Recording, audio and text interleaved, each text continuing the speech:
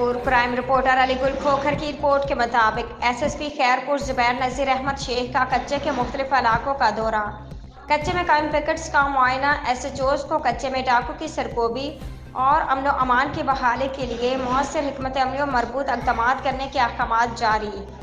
कच्चे में डाकू के खिलाफ सर्च ऑपरेशन का सिलसिला जारी। दाखिली और खारजी रास्तों पर क्वाइफ चेकिंग का अमल भी जारी है। एसएसपी खैरपुर ज़ुबैर नज़ीर अहमद शेख ने कच्चे का दौरा किया, जहां उन्होंने कायम पिकेट्स का मुआयना किया। पुलिस अफसरान और जवानों से मिले सर्च ऑपरेशन के मुतालिक अफसरान और जवानों को ज़रूरी हिदायत जारी की। दौरे के दौरान मुतलका डीएसपीज़ और एसएचओज़ भी एसएसपी खैरपुर के हमरा थे।